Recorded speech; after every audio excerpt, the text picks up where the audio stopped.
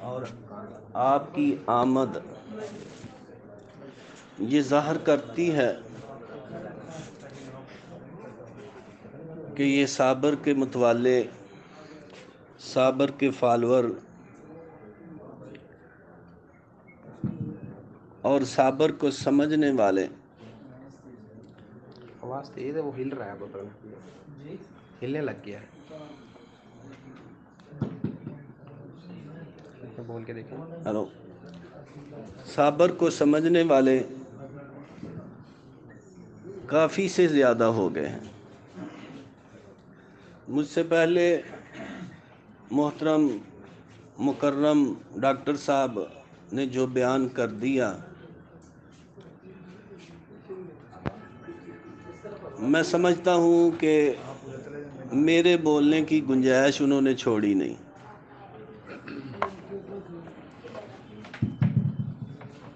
محترم کوئی نہیں، میں پڑھ لینا، ذکر ہو۔ ہم لوگ یہ تو کر رہے ہیں،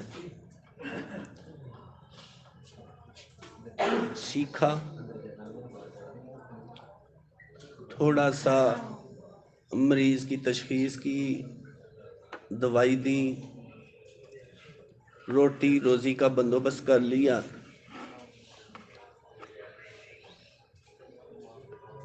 کام چل گیا۔ لیکن صابر صاحب نے جو ہمیں دیا، ہمیں اس کا علم نہیں۔ صابر صاحب نے ہمیں دو چیزیں دی، ایک علم طب دیا کہ اس کو سیکھ لو، اپنی روزی روٹی کا بندوبست کر لو، اور ایک مقصد دیا۔ وہ مقصد کیا ہے وہ ہم بھول چکے ہیں۔ وہ مقصد تھا کہ اس فن کو، اس طب کو لے کر اٹھو اور دنیا میں پھیل جاؤ، اور دنیا میں اس کو پھیلا دو، تاکہ جو غلط نظریات ہیں طب کے بارے میں اس کی صفائی ہو سکے۔ مگر ہم نے کیا کیا؟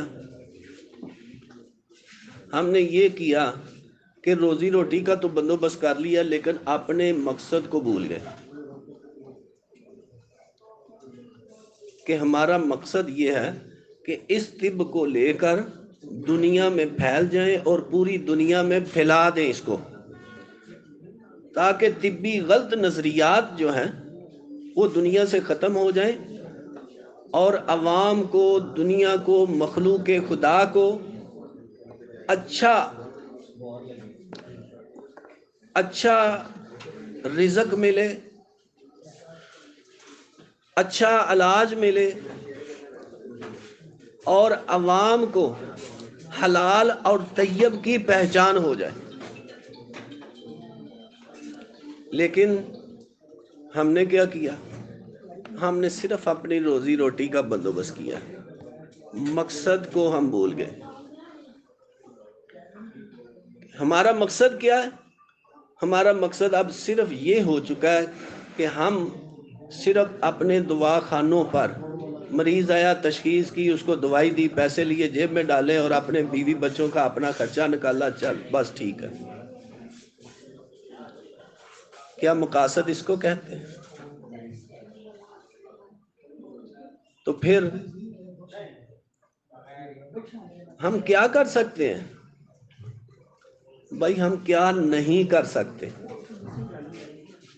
ہم سب کچھ کر سکتے ہیں اپنی دکان پر بیٹھ کر، اپنے مطب پر بیٹھ کر، اپنے گھر میں بیٹھ کر۔ ایک طبیب سے بڑا نظریات پھیلانے والا کوئی نہیں ہوتا۔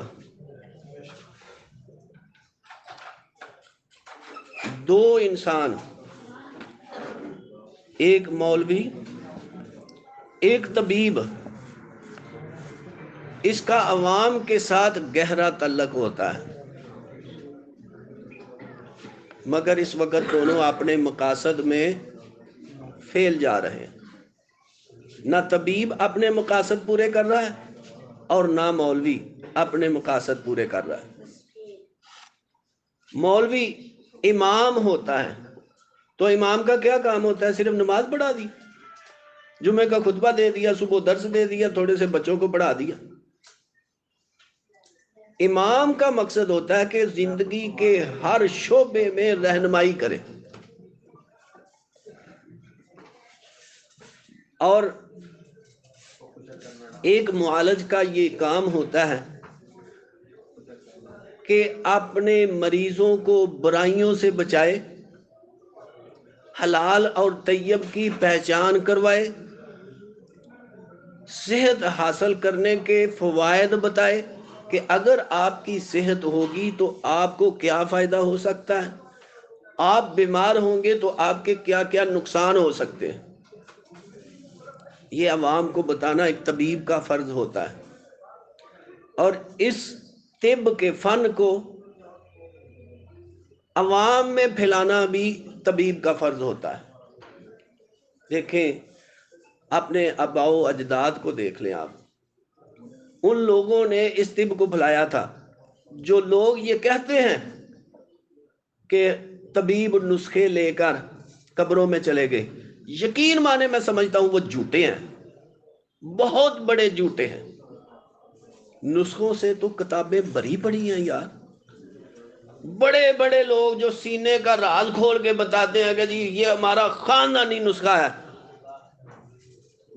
یہ سینے کا راز ہے ہمارا، سردی صدیوں سے مجرب ہے، اس نسخے کو دیکھ لے کسی نہ کسی کتاب میں مل جائے گا۔ تو پھر طبیب کون ہے جو قبروں میں لے کے چلا گیا؟ اصل میں یہ خود قبر بنے ہوئے ہیں جو یہ کہتے ہیں کہ طبیب قبروں میں نسخے لے کے چلے گئے۔ ان لوگوں نے اپنی عوام کو اس قابل کر دیا تھا کہ چھوٹی موٹی مرضیں جو ہیں وہ گھر کی عورتیں جو ہیں ان کا علاج کر لیں۔ تو کون سا طبیب ہے جو قبر میں لے کے چلا گیا؟ بھائی وہ طبیب نہیں ہوتا، وہ ایسے ہی ہوتا ہے۔ میں کسی مریض کو حلوہ بتا دیتا ہوں کہ یار یہ حلوہ جو ہے نا یہ آپ کھاؤ، یہ آپ کا علاج ہے۔ جب وہ مریض ٹھیک ہو جاتا ہے وہ کیا کرتا ہے؟ 5,000 روپیہ فیس لے کے وہ حلوہ بتاتا رہتا ہے۔ وہ 5,000 روپیہ لے کر حلوہ کی ترکیب بتاتا ہے کہ یہ حلوہ کھاؤ، تمہیں یہ مرض ہے، یہ ٹھیک ہو جائے گا۔ وہ اپنی تکلیفوں کو دیکھتا ہے کہ میں نے یہ حلوہ کھایا تھا، میں ٹھیک ہو گیا ہوں، اب وہ آگے بتا رہا ہے۔ وہ 5,000 روپیہ فیس لیتا ہے، میں نے اس کو فری بتایا تھا۔ ایسے لوگ جو ہیں ان کو طبیب کہتے ہیں۔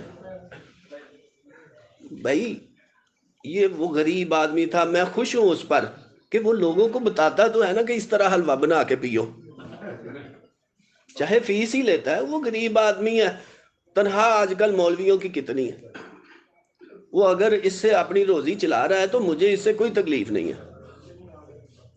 ایسے لوگوں کو طبیب تو نہیں کہتے۔ طبیب جو ہیں، حکیم جو ہیں، انہوں نے کتابوں میں ہر نسخہ لکھ دیا۔ آپ جتنے مرضی نسخے اکٹھے کر لیں وہ آپ کو کتابوں میں مل جائیں گے، جو صدری نسخے لوگوں کی جیبوں میں پڑے ہوئے ہیں، جو سینوں میں کہتے ہیں کہ ہمارے خاندانی ہیں۔ کوئی نسخہ ایسا نہیں ہے جو کسی کتاب میں موجود نہ ہو۔ اس لیے وہ سب سے بڑے جھوٹے ہیں جو کہتے ہیں کہ طبیب نسخے لے کر قبروں میں چلے گئے۔ اس کے بعد دیکھیں کہ ہمارے طبیب سرجن تھے، سرجری کرتے تھے۔ اب ان کے پاس اتنا وقت نہیں تھا کہ وہ ختنہ کر سکے۔ انہوں نے نائی جو ہے ہمارے حجام، ان کو یہ ختنہ کرنے کا طریقہ بتا دیا کہ یہ تم کر لیا کرو، چھوٹا سا کام ہے، یہ تم کر لیا کرو، تمہاری روزی روٹی بھی چلتی جائے گی۔ اور کام چلتا تھا۔ ہمارے جو نائی ہیں، ہمارے جو جن کو راجہ بھی کہتے ہیں، حجام ہیں، وہ بال بھی کاٹتے اور گاؤں گاؤں جہاں جہاں بچہ پیدا ہوتا اس کا ختنہ بھی کرتے۔ اب ایک اور کام تھا چھوٹا موٹا. اب ہمارے طبیبوں کو یہ ہے کہ یار یہ ہم بڑے مریض سنبھالیں یا یہ پھوڑے پھنسی والے سنبھالیں. انہوں نے جو نائی ہیں ان کو کٹ لگانا بھی سکھا دیا. چند مرہمیں دے دی کہ یا اس طرح پکا لو اس کو پھوڑے کو اور اس طرح کٹ لگا لو اور پھر یہ مرہم لگا دو. اب یہ بھی ان کو دے دیا. یہ شعبہ بھی نائیوں کو دے دیا کہ پھوڑے جو نکلے ان کو پکانا کیسے ہے, کاٹنا کیسے ہے, اور پھر اوپر زخم کو درست کرنے کے لیے مرہم کیسے لگانا, یہ بھی ان کو دے دیا. یہ چھوٹے موٹے کام تھے جو عوام میں تقسیم کر دیے گئے. اب اس کے بعد آ جائیں کہ کچھ مریض ایسے تھے جو کڑوی کسیلی چیزیں نہیں کھاتے تھے, تو حکماء نے کیا کیا, ان کے لیے مٹھائیاں بنائیں, مربے بنائے, وہ چیزیں ایجاد کی جیسے جس ہماری مٹھائیوں کی دکانوں پر ہے برفی, ہماری دکانوں پر ہے رس گلہ, ہماری دکانوں پر ہے پیٹھا حلوہ, ہماری دکانوں پر ہے گلاب جامن. یہ کتنی چیزیں. پھر ہماری دکانوں پر ملے گا آپ کو لڈو. یہ کتنی چیزیں ہیں. یہ ان لوگوں کے لیے جو کڑوی کسیلی چیزیں نہیں کھاتے تھے. حکماء نے کیا کیا, اب کیا کیا کہ عوام میں سے کچھ ایسے بندے چنے جن کو مٹھائیاں بنانے کی ترکیب بتا دی کہ آپ ایسے کرو. وہ حلوائی کہلوانے لگ گئے. یہ حلوہ شیریں سے ہے کہ مٹھائی سے ہے کہ میٹھے سے حلوہ ہے. اس سے لوگوں کو حلوائی بنا دیا کہ اب تم یہ بناؤ, ہم تجویز کریں گے, لوگ تیرے پاس آ کے مٹھائی لیں گے. ماشاءاللہ. جو لڈو ہے وہ بیسن کا بنتا ہے. جو میٹھا بیسن کھانا چاہے, کڑوی چیز نہ کھانی چاہے, عضلاتی گدی مزاج میں اس کو دے دو. جس کو عضلاتی صابی کرنا ہو اس کو رس گلہ دے دو. یار سوجی کا گلاب جامن بنتا ہے, جس کو گدی صابی کرنا ہو اس کو گلاب جامن دے دو. جو اصلی جو گلاب جامن ہے نا وہ سوجی کا بنتا ہے. آج کل تو یہ ڈبل روٹی جو ہے نا اس کا بنا رہے ہیں, لیکن جو اصلی گلاب جامن تھا وہ سوجی کا تھا. یہ گدی صابی کرنا ہو تو اس کو یار دے دو نا گلاب جامن اصلی جو ہے سوجی والا. اب جس کو اصابی گدی کرنا ہو اس کو حلوہ پیٹھا دے دو, جس کو اصابی گدی کرنا ہو اس کو برفی دے دو, اور جس کو اصابی عضلاتی کرنا ہو اس کو مربع بہی دے دو. یار ساگو دانہ دے دو, جو کا حلوہ دے دو, جو کا دلیا دے دو. یار کون سی تحریک آپ کی رہ گئی ہے؟ کوئی ایک رہ گئی ہے ذرا بتائیں مجھے. حلوائی کی دکان پر سارا کچھ موجود ہے. آپ کی حلوائی کی دکان آپ کی پنسار سٹور ہے. میٹھا میٹھا سب میٹھا کھائیں موج کریں. جو کہتا ہے کہ حکماء نے نسخے چھپائے وہ جھوٹ بولتے ہیں. اب آگے چلیں. حکماء سے سرجری چھین لی گئی, چلے کوئی بات نہیں, وہ مریضوں کا علاج پھر بھی کرتے رہے. ہماری بڑی بوڑھیاں کیا کرتی تھی, ان کو حکماء نے چھوٹے چھوٹے ٹوٹکے بتائے کہ اگر بچے کو پیچش لگ جائے, اس طرح ہو جائے, اس طرح ہو جائے, یہ ہریڑ جو ہے وہ گھسا کر کھلا دو اگر قبض ہے. اگر بخانے لگ گئے ہیں تو سونف کو بھون کر دے دو. یہ چھوٹے چھوٹے ٹوٹکے جو ہے وہ عورتیں گھروں میں کرتی تھی, طبیب کی ضرورت ہی نہیں تھی. دور دراز تک طبیب ہوتے تھے. لیکن جب سے تعلیم زیادہ ہو گئی,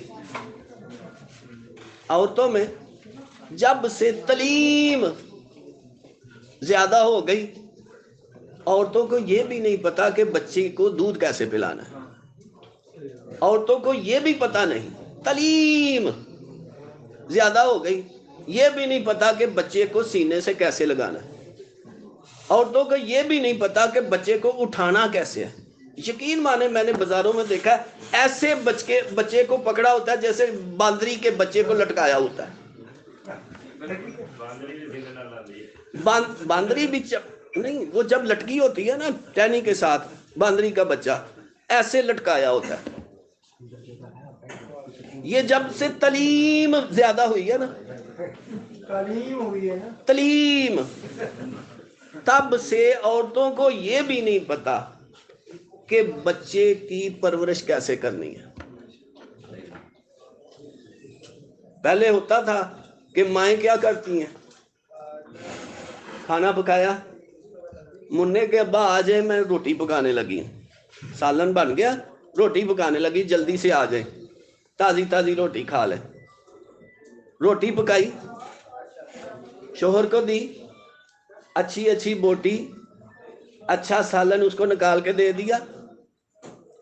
اب جو برتن صاف کرنے والا رہ گیا اس کے ساتھ 2 برکیاں لگا لی، 2 لقمے لگا لیے۔ اب بچوں کو بلایا، بچوں جلدی آ جاؤ، تازی تازی کھا لو۔ بچے آئے، بھاگتے بھاگتے انہوں نے بھی کھائی، وہ برتن میں جو شوربہ رہ گیا، وہ برتن میں جو لگا ہوا سالن رہ گیا، اس کے ساتھ لقمے لگائے اور اپنا پیٹ بھر لیا۔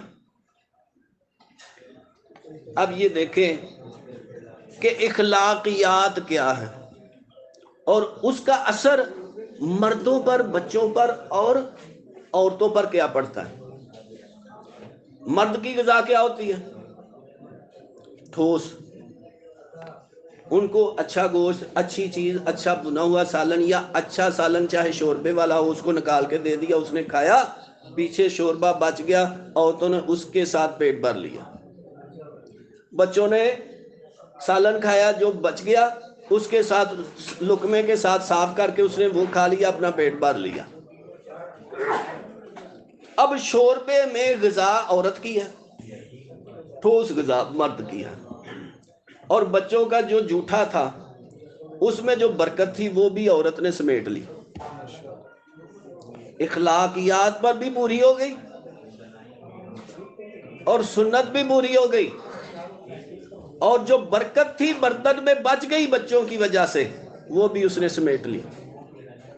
مرد بھی طاقتور ہو گیا، عورت بھی طاقتور ہو گئی۔ یقین مانے میں نے پرانی عورتوں کو جو اس طرح کرتی ہے، اتنی طاقتور دیکھی ہے کہ وہ 2.5 من کی بوری جو میرے جیسا آدمی ہلا بھی نہیں سکتا، اوپر کنیوں سے پکڑ کر ایسے اٹھا کر کندھے پہ رکھ دی دوسرے کے۔ ایسی عورتوں چکی پیستی تھی، کپڑے ہاتھ سے دھوتی تھی، برتن ہاتھ سے مانجتی تھی، سارے گھر کی صفائی کرتی تھی، کتنا کھلا صحن ہوتا تھا، لیکن پھر بھی وہ تھکتی نہیں تھی۔ آج کے دور میں پکے مکان پلستر ہو گئے، فرش پکے، ماربل لگا ہوا، اب یہ نہیں ہوتا عورتوں سے کہ آرام سے جھاڑو پھیر لیں۔ جھاڑو پھیرتے بھی موت پڑتی ہے کہ ہم سے نہیں ہوتا، بڑا مشکل ہے، ہمارے تو جسم میں جان ہی نہیں ہے۔ بھائی کیوں؟ آپ مرد کے برابر کھاتی ہو، مرد کے ساتھ بیٹھ کر کھاتی ہو، جو مرد کھاتا ہے وہ آپ کھاتی ہو۔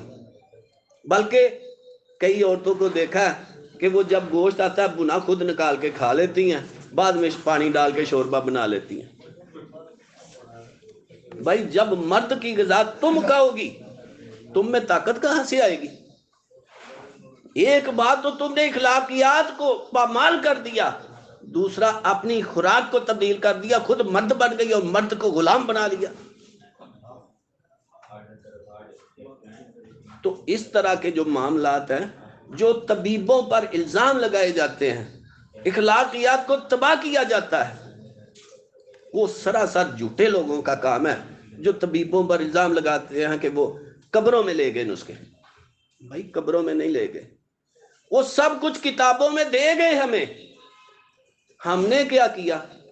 ہم نے صرف نسخوں کے پیچھے بھاگنا شروع کر دیا.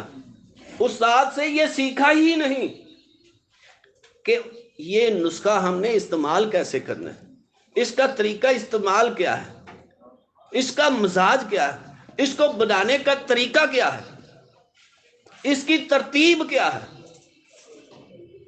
جب یہ چیزیں ہمیں علم ہی نہیں ہوں گی تو نسخہ ہمارا کیا کرے گا؟ نسخے نے کیا کرنا ہے؟ نسخہ تو سلام عرض کرتا ہے طبیب کو کہ اے معالج، میں یہاں بیٹھا ہوں، مجھے استعمال کر، تجھے پتہ ہے مجھے کہاں استعمال کرنا ہے. وہ جیسے شورش کشمیری نے کہا تھا نا کہ میرے سامنے الفاظ قطار در قطار ایسے بیٹھے ہوتے ہیں جیسے لودھیوں کے دربار میں باندیاں کھڑی ہوتی ہیں. اسی طرح ایک معالج، ایک طبیب، ایک حکیم کے سامنے نسخے ہاتھ باندھے کھڑے ہوتے ہیں، لو مجھے استعمال کرو، کہاں استعمال کرنا ہے. جو بیچارہ جانتا ہی نہیں، نسخے کے مزاج کو نہیں پتا، نسخے کی کیفیت کو نہیں پتا، نسخے کے استعمال کو نہیں پتا، نسخے کو بنانے کا طریقہ نہیں اس کو آتا، وہ بیچارہ کیا جانے نسخہ کہاں استعمال کرنا ہے. جس کو اناٹمی فزیالوجی کا نہیں پتا، جس کو یہ نہیں پتا کہ تحال دائیں ہے کہ بائیں ہے، وہ کیا نسخہ استعمال کرے گا؟ الزام لگاتے ہیں حکیموں پر کہ وہ نسخے قبروں میں لے گئے. نہیں بھائی، وہ نہیں لے گئے، آپ قبروں میں پہنچ گئے، آپ نے اپنے سینوں کو قبرستان بنا لیا. آپ کے سینے میں علم نہیں، نسخے کی بھوک ہے. آپ کے سینے میں مشن نہیں، مقصد نہیں، صرف نسخوں کی بھوک ہے. اس لیے تم یہ کہتے ہو کہ نسخے طبیب قبروں میں لے گئے. بھائی قبروں میں کہاں لے گئے؟ یہ جھوٹ بہتان وہی لوگ لگاتے ہیں جن کو نسخوں کی بھوک ہو.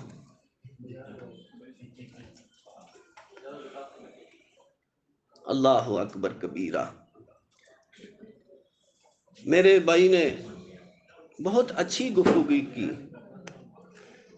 کہ صابر صاحب نے جو ہمیں دیا بہت آسان ہے. یہ حقیقت ہے کہ بہت آسان ہے. اللہ نے قرآن کے بارے میں بھی کہا کہ بہت آسان ہے، اور حقیقت یہ ہے کہ تھوڑا سا سمجھنے والا قرآن کو سمجھ سکتا ہے. بہت آسان ہے، مگر یہ مگر بہت غلط بات ہے. یہ مگر والی بات بہت غلط ہے. لیکن اس کے لیے بھی قرآن کو پڑھنے کے لیے، قرآن کو سمجھنے کے لیے، قرآن کی گہرائیوں میں جانے کے لیے، نیچے سے سمندر کی گہرائی سے موتی نکالنے کے لیے بھی استاد کی ضرورت پڑتی ہے. اس کو سمجھنا پڑتا ہے، سیاق و سباق کو سمجھنا پڑتا ہے. اسی طرح صابر صاحب کی کتابوں کو آپ دیکھیں گے تو وہ بھی آپ کو اسی بنا پر نظر آئیں گی کہ کوئی تھوڑا سا پیرا کہاں ہے، کوئی کہاں ہے، جہاں جس بات کی ضرورت پڑی وہاں وہ لکھ لی. اب اس ترتیب کو سیدھا کرنے کے لیے مختلف مقامات پر وہ مضمون اکٹھا کر کے ایک ترتیب دینا پڑتی ہے. ایک ترتیب دے کر پھر اس کو سمجھنا پڑتا ہے. بس یہی بات ہے کہ تھوڑا سا الفاظ کے ہیر پھیر کی وجہ سے کہیں صابر صاحب طب یونانی کو پیش کر رہے ہیں، کبھی ایلوپیتھی کو پیش کر رہے ہیں، کبھی ہومیوپیتھی کو پیش کر رہے ہیں، کبھی طب جدید کو پیش کر رہے ہیں، کبھی ویدک کو پیش کر رہے ہیں. ان الجھنوں کی وجہ سے عام قاری جو ہے وہ الجھ جاتا ہے کہ یہ کیا ہے، یہاں کیا ہے. اس کی مثال اس طرح ہے کہ ایک بہت اچھے مشہور معالج میرے پاس آ گئے، کہنے لگے یار یہاں کیا لکھا ہے؟ صابر صاحب یہاں 2 تحریکیں بتا رہے ہیں، تو آپ لوگ کہتے ہیں 3 تحریکیں.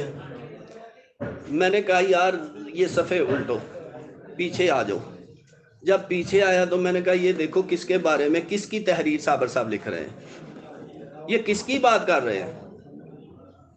جب دیکھا تو وہ طب جدید شادرے والے اپنے استاد کی بات کر رہے تھے، احمد دین شادروی کی. تو میں نے کہا یار بات ہے کہ پہلے یہ سمجھو کہ صابر جو ہے کیا عام فلسفی تھا؟ کیا وہ صابر جو ہے کو عام کتابیں لکھنے والا تھا؟ بھائی وہ ریسرچر تھا، اور ریسرچر کی کتب کو ریسرچر کی نظر سے پڑھنا پڑتا ہے، اس کی تحقیقات کو ایک ترتیب دینا پڑتی ہے۔ علماء جانتے ہیں کہ قرآن کریم میں اللہ نے مختلف واقعات مختلف جگہ پر لکھے ہوئے ہیں، ایک اچھا مقرر جو ہے ان واقعات کو اکٹھا کرتا ہے، پھر اس کو ترتیب دیتا ہے، اور ترتیب دے کر پھر بیان کرتا ہے، اور اس کے سیاق و سباق کو بیان کرتا ہے کہ یہاں یہ آیت اس وجہ سے آئی۔ اسی طرح صابر صاحب نے مختلف جگہ پر مختلف مقامات پر مختلف چیزیں بیان کی ہیں، اور اس کے سیاق و سباق کو ہمیں دیکھنا پڑتا ہے کہ یہاں صابر صاحب نے کیوں ایسا کہا، پھر ہمیں پتہ چلتا ہے کہ یہ بات درست کیا ہے۔ علم العلاج میں ابہام بہت پائے جا رہے ہیں، لوگوں کے ذہنوں میں کبھی کچھ بات آ رہی ہے، کبھی کسی کے ذہن میں کچھ بات آ رہی ہے۔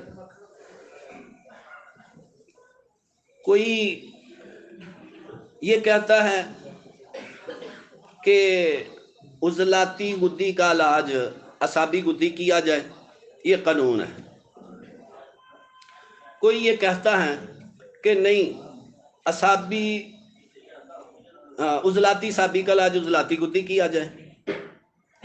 کوئی یہ کہتا ہے کہ نہیں، عضلاتی گدی کا علاج گدی عضلاتی کیا جائے۔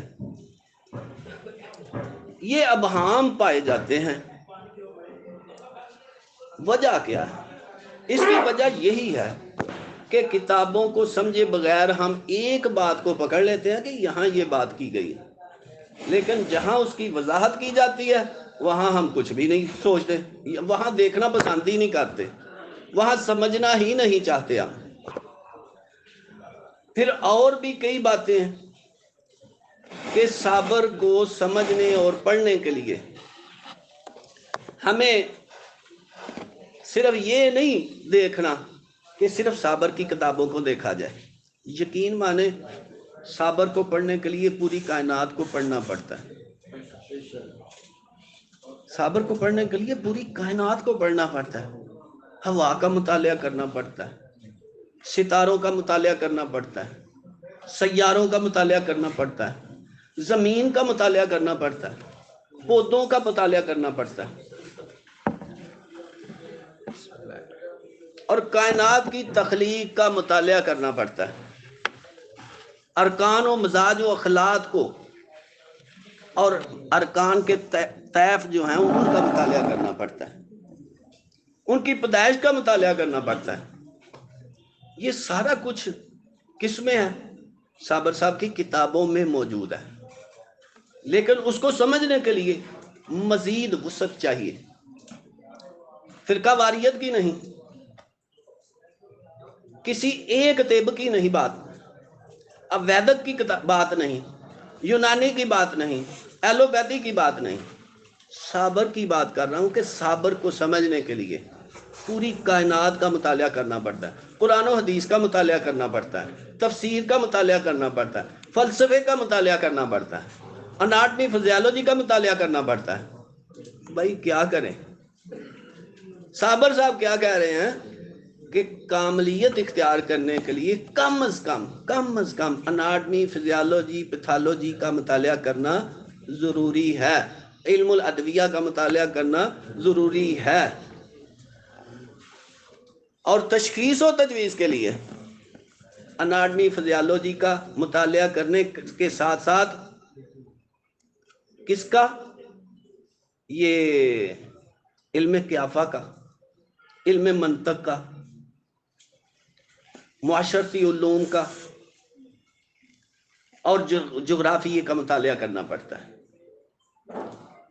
اگر ان چیزوں کو وسعت دیں گے آپ تو آپ کو معلوم ہوگا کہ علماء طب، علماء سائنس نے جنہوں نے 60 علوم کو ترتیب دیا، جن علوم کا نام بھی ہمیں یاد نہیں، 4-5 علم ہوں گے جن کا ہم نام جانتے ہوں گے، 4-5 علم ہوں گے نا جن کا نام جانتے، زیادہ سے زیادہ کوئی 10 تک چلا جائے گا، لیکن وہ جو 60 علوم ہیں وہ کہاں جائیں گے؟ علم ریاضی ہے، علم العدد ہے، علم النجوم ہے، یہ سارے جو ہیں طب سے تعلق رکھتے ہیں، حکمت سے تعلق رکھتے ہیں۔ یہ جو ہم کہہ دیتے ہیں نا کہ علم نجوم گناہ ہے، بھئی کون سا علم نجوم گناہ ہے؟ علم العدد جو ہے وہ غلط ہے؟ نہیں، غلط نہیں ہے بھائی، ہم ان کا استعمال غلط کرتے ہیں۔ جیسے موبائل ہمارے سامنے ہے، ہمارے پاس ہے نا، کیا ہم اس کا استعمال درست کر رہے ہیں؟ اللہ کے رسول صلی اللہ علیہ وسلم نے اور اللہ نے کب کا کہہ دیا کہ اپنی تنہائی کو پاک رکھو، تو ہماری تنہائی کیسے پاک ہے؟ کہ موبائل میں تنہائی میں ہم کیا دیکھتے ہیں یہ تو اللہ جانتا ہے یا ہم جانتے ہیں۔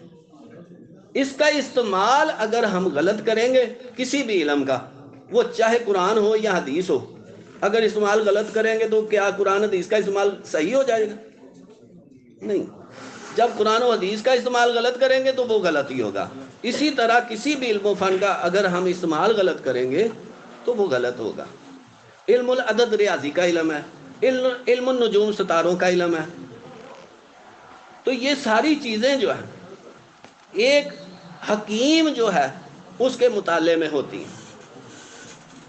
ستاروں سے ہم کیا کام لیتے ہیں؟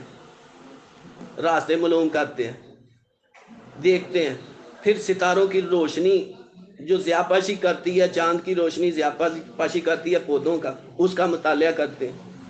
یہ سارے معاملات جو ہیں حکمت سے ریلیٹڈ ہے۔ تو یہ عرض ہے کہ ہم کر کیا رہے ہیں؟ کیا ہم صابر صاحب کے طریقے اور صابر صاحب کے مشن کو پایا تکمیل تک پہنچا رہے ہیں؟ کیا ہم سمجھ رہے ہیں کہ صابر صاحب نے ایک علم و فن دیا، ہم نے اس میں بھی فرقے بنا کر اور مختلف قسم کے گروہ بنا کر آپس میں لڑنا شروع کر دیا؟ بھائی دیکھیں صابر صاحب کہہ کیا رہے ہیں۔ صابر صاحب نے کیا کہا ہے؟ صابر صاحب نے سب سے پہلے یہ کہا کہ چلے میں اسی بات پر آتا ہوں کہ صابر صاحب فرماتے ہیں کہ عضلاتی گدی تحریک میں گدی جو حالت ہے وہ کیمیاوی ہے اور عضلاتی جو ہے وہ مشینی ہے۔ اب ہو کیا رہا ہے کہ کیمیاوی طور پر حرارت جو ہے وہ پیدا ہو رہی ہے اور مشینی طور پر کیا ہو رہا ہے؟ حرارت مشینی طور پر خشکی جو ہے وہ کم ہو رہی ہے، اب اس کا اخراج ہو رہا ہے۔ اب گدی عضلاتی تحریک جو کیمیاوی تحریک کہلواتی ہے، یہ مشینی تحریک ہے، وہ کیمیاوی تحریک ہے۔ اب کیمیاوی تحریک میں کیا ہو رہا ہے؟ حرارت بڑھ رہی ہے، کیمیاوی طور پر حرارت خون میں بڑھ رہی ہے اور خشکی مزید کم ہو رہی ہے۔ اور صابر صاحب ہی لکھ رہے ہیں کہ یاد رکھو دونوں تحریکوں گدی عضلاتی اور گدی اعصابی میں صرف اتنا فرق ہے کہ گدی عضلاتی میں یرکان ہو جاتا ہے اور گدی اعصابی میں یرکان ٹھیک ہو جاتا ہے۔ کتنا فرق ہے؟ حرارت وہی قائم ہے لیکن عضلات کو چھوڑ کر اعصاب کو جوڑ دیا اور گدی اعصابی میں یرکان ٹھیک ہو گیا۔ یہ ہے صابر کا قانون۔ اس کے بعد صابر کا قانون کیا ہے کہ فرماتے ہیں کہ اخراج خون اور اخراج رطوبت یہ الگ قانون ہے۔ اخراج خون اور اخراج رطوبت فرماتے ہیں کہ جہاں خون آ رہا ہو وہاں رطوبت نہیں آتی اور جہاں رطوبت آ رہی ہو وہاں خون نہیں آتا، اور جب خون آ رہا ہو تو تب پھر پہلے خون کو بند کر لیں، رطوبات بڑھا دیں، تب کیا ہوگا؟ تب یہ ہوگا کہ خون بند ہو جائے گا تو پھر آپ علاج کر لیں۔ کون سی تحریک میں؟ اسی تحریک میں جو اس کی بنتی ہے، یعنی عضلاتی گدی میں خون آ رہا ہے تو پھر گدی عضلاتی کر لیں، جہاں آپ نے رطوبت دے کر خون بند کر دیا اب گدی عضلاتی میں اس کا علاج ہو جائے۔ ورنہ بے شمار کیس ایسے میں دکھا سکتا ہوں کہ عضلاتی گدی تحریک کو جن کو رطوبات کثرت سے دی گئی، ایک وقت آیا کہ خون اتنا پتلا ہو گیا کہ ان کا خون رطوبات دینے سے بند نہیں ہوا۔ مریض عضلاتی ہے، بواسیر کا ہے، جس کے پاس جائے گا وہ یہی کرے گا کہ رطوبت دے کر خون تو بند کرو، مگر رطوبت دینے سے زیادہ آتا ہے۔ رطوبات بڑھنے کے باوجود خون بند نہیں ہوتا، تو پھر کیا کرنا پڑتا ہے؟ اسی مقام پر پہنچ کر وہاں عضلاتی گدی عضلاتی دوبارہ کر کے پھر علاج کرنا پڑتا ہے۔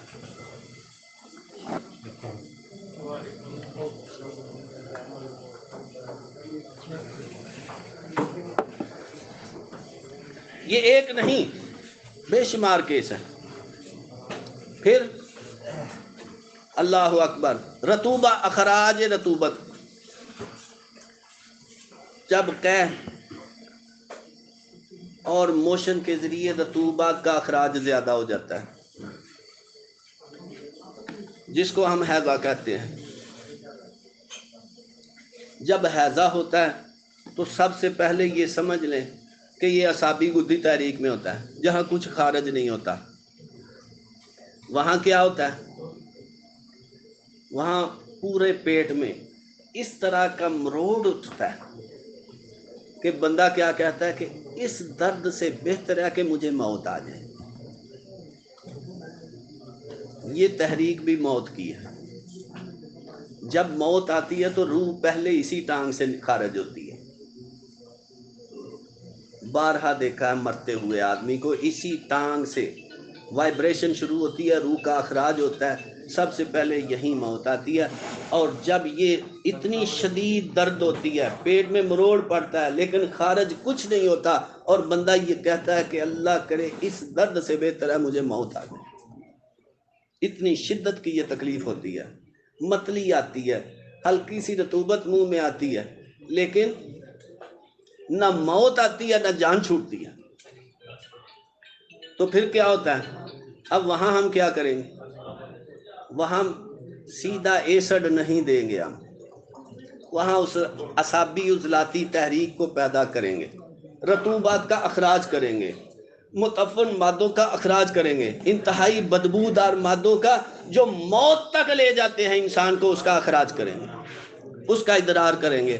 اگر ڈائریکٹ آپ عضلاتی دوا دیں گے تو وہ آپ کے لیے اور مریض کے لیے نقصان کا باعث ہوگا۔ کیوں؟ مادہ متعفن تو پیچھے موجود ہے۔ آپ کس کو خوش کرنا چاہتے ہیں؟ متعفن مادے کو؟ تو بھائی ان گھروں کو دیکھ لو جو کیچڑ پر بنے ہوئے ہیں، ان کا کیا حال ہوتا ہے۔ وہ چھپڑوں کے اوپر، جوہروں کے اوپر، گندے چھپڑوں، گندے نالوں میں جو مکان بنے ہوئے ہیں، ان کو دیکھ لو ان کا حال کیا ہوتا ہے۔ ان کی بنیادیں کتنی کمزور ہوتی ہیں۔ جو کیچڑ پر بنے ہوتے ہیں مکان، ان کی حالت کیا ہوتی ہے، ان کی دیواریں کس طرح پڑتی ہیں۔ ذرا ان پر بھی نظر دوڑا لو کہ وہ مکان پائیدار نہیں ہوتا جو کیچڑ پر بنتا ہے۔ اسی لیے سب سے پہلے اس متعفن رطوبت کو خارج کیا جائے گا اعصابی عضلاتی تحریک میں، قے اور پخانوں کے ذریعے۔ جب مادہ متعفن بدبودار مادے خارج ہو جائیں گے، اس وقت اول تو خود بخود رک جائے گا، اخراج رک جائے گا۔ اگر نہ رکے تو عضلاتی صابی کر دے۔ یاسین دنیا پوری مرحوم رحمت اللہ علیہ کیا کہتے ہیں کہ ایک بچہ، اس کو حیضہ ہو گیا، اس کو دعا دی گئی، وہ بچہ مر گیا، تلف ہو گیا۔ تو صابر صاحب سے پوچھا گیا کہ یہ بچہ ٹھیک نہیں ہوا، فوت ہو گیا۔ تو یاسین صاحب خود اپنی کتاب میں لکھتے ہیں، تو استاد صاحب نے کہا کہ بھائی اس کے پیٹ میں ریا پیدا ہو چکی تھی، تم نے 2 نمبر دوائی کیسے دے دی؟ وہ اسی وجہ سے بچ نہیں سکا کہ اس کے پیٹ میں ریا بن چکی تھی۔ تب عضلاتی گدی دوا دینی چاہیے تھی تاکہ ریا کا اخراج ہو جاتا۔ اب ہم یہاں کیا کرتے ہیں کہ یہ نام لیتے ہیں صابر صاحب کا کہ صابر صاحب نے کہا کہ تریاک 4 جو ہے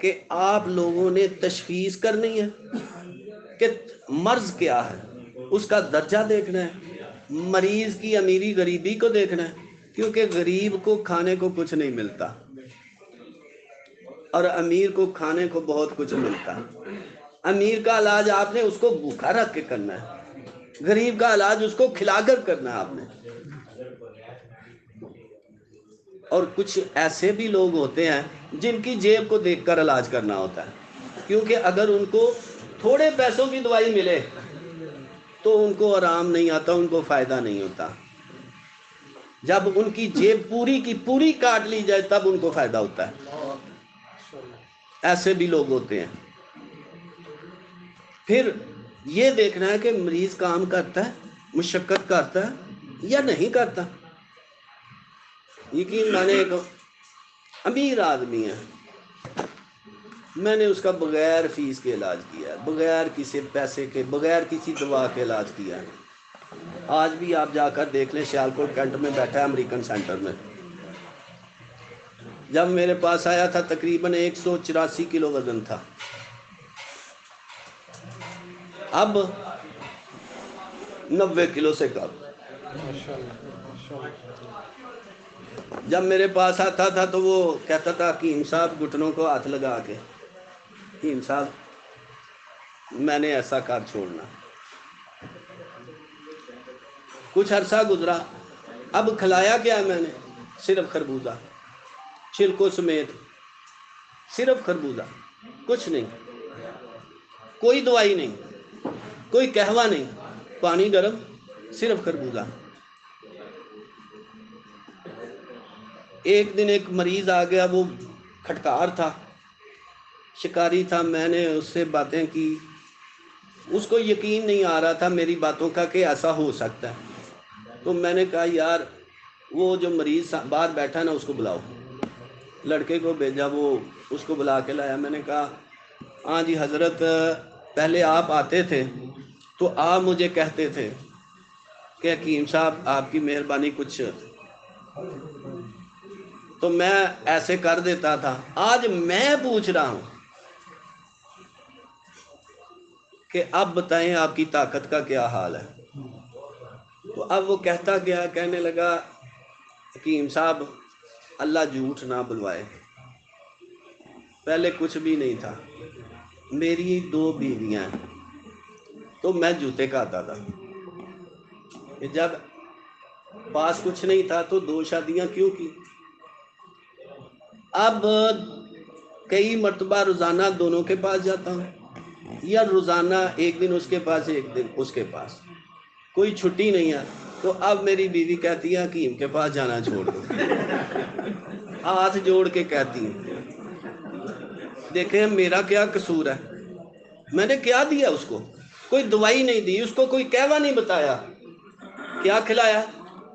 صرف خربوزہ۔ کیوں دوائی نہیں دی اس کو؟ کیونکہ وہ بات ماننے والا تھا، بد نہیں تھا،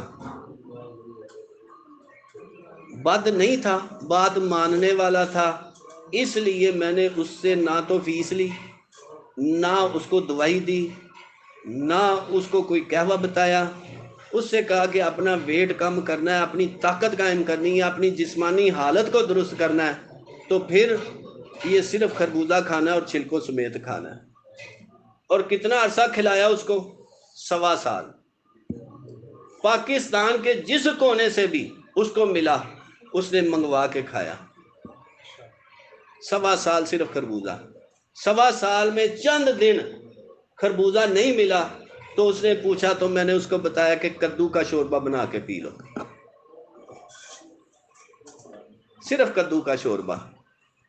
اور آج بھی اس کے بھیجے ہوئے مریض میرے پاس آتے ہیں کہ یار وہاں چلے جاؤ، آج بھی وہ گرم پانی پیتا ہے۔ یہ ہے صابر کا فیض۔ یقین مانے مجھے نسخوں کی ضرورت نہیں پڑتی، نسخے میری جیب میں پڑے رہتے ہیں ہر وقت، جب چاہوں جس کو چاہوں نکال کے استعمال کر لوں بغیر دوائی کے۔ کیوں؟ صابر نے ہمیں نسخوں کا بھوکا نہیں بنایا، صابر نے ہمیں مشن دیا ہے صابر نے ہمیں مقصد دیا ہے، زندگی گزارنے کا طریقہ دیا ہے۔ میں کیا تھا؟ دن میں 3 مرتبہ گھر سے کھانے والا اور 50 مرتبہ ختم کھانے والا، جہاں گئے کھایا۔ جب صابر کو پڑھا تو صابر نے بتایا تم کھانا نہیں کھا رہے، کھانا تمہیں کھا رہا ہے۔ صابر نے کیا بتایا؟ تم کھانا نہیں کھا رہے، کھانا تمہیں کھا رہا ہے۔ اور یقین مانے اس وقت میرا وزن کم تھا، اب میں 24 گھنٹوں میں ایک روٹی کھاتا ہوں گھر کی، باہر زیادہ دوستوں سے کھا لوں کبھی، لیکن گھر سے پھر نہیں کھاتا۔ باہر نکلتا ہوں تو باہر کی روٹی 2 مرتبہ بھی کھائی جاتی ہے دوستوں میں، لیکن یہ کب ہوتا ہے؟ جب میں کہیں مہمان ہوتا ہوں، کبھی جب بد پرہیزی کرتا ہوں تب، ورنہ ایک روٹی 24 گھنٹوں میں۔ شام کو بڑی مجبوری ہو تو دودھ کا گلاس، بڑی مجبوری ہو، یا کوئی مہمان ایسے آ جائیں وہ کہیں کہ بھائی آپ ہمارے ساتھ کھائیں، تب ہم نے کھانا کھانا، تو ان کے ساتھ پھر تھوڑا تھوڑا وہ جیسے بتی بند کرنے والا معاملہ آپ کے علم میں ہے نا، ایسے کھانا کھاتا ہوں ان کے ساتھ۔ تو یہ صابر نے ہمیں بتایا کہ کھانا جو ہے وہ آپ کو کھاتا ہے، تب سے میں نے کھانا چھوڑ دیا۔ اور یقین مانے پہلے کمزوری ہوئی، لیکن اب کیا ہے؟ اب میں پہلے سے موٹا بھی ہوں، اب پہلے سے موٹا بھی ہوں، اور یقین مانے میں جوانی سے بہتر خود کو محسوس کرتا ہوں۔ یہ کس نے ہمیں سکھایا؟ کس نے سکھایا ہمیں؟ یہ صابر نے سکھایا۔ میں یقین مانے کسی سے نہیں پوچھتا، میں صابر سے پوچھتا ہوں، اے صابر بتا مجھے، تو نے یہ کتابیں دی ہیں، مجھے بتا میں کیا کروں، میں کیا کھاؤں، کس کو کھاؤں؟ سنا ہوگا نا آپ، وہ درست کہا تھا، وہ درست پوچھتا تھا، بتاؤ کیا کھاؤں، کس کو کھاؤں؟ یہ صابر بتاتا ہے کہ کس کو کھاؤ، بتاتا ہے خربوزہ کھاؤ، بتاتا ہے مربع کھاؤ، بتاتا ہے سوگی بادام کھاؤ، بتاتا ہے مولی والا پراٹھا کھاؤ، بتاتا ہے کہ انڈے کھاؤ۔ صابر ہمیں بتاتا ہے کہ بکرے کے گوشت کا شوربہ پیو، بتاتا ہے صابر ہمیں کہ بکری کے گوشت کا شوربہ پیو۔ ہم کیا کرتے ہیں؟ مریض کو لکھ دیتے ہیں کہ چھوٹے گوشت کا شوربہ پیو، اب پتہ نہیں وہ کون سا چھوٹا گوشت ہے، وہ جا کے فارمی مرغی کا شوربہ بنا کے پیتا رہتا ہے، یہ چھوٹا ہی ہے نا۔ وہ بھائی بکری اور بکرے کے درمیان میں ایک دیوار کھڑی ہے، بکری اور بکرے کے درمیان ایک دیوار کھڑی ہے، آپ اس دیوار کو کیوں پامال کر رہے ہو؟ بکری اور چھتری کے درمیان ایک دیوار کھڑی ہو، آپ اس دیوار کو کیوں پامال کر رہے ہو؟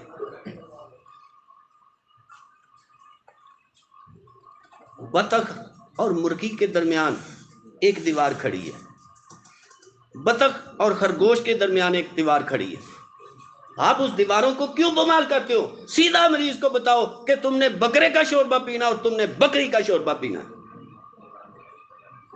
یہ بتاؤ کہ تم نے چھترے کا شوربہ پینا اور تم نے چھتری کا شوربہ پینا ہے، بتاؤ کہ تم نے صدف کا کشتہ کھانا ہے اور تم نے موتی کا کشتہ کھانا ہے۔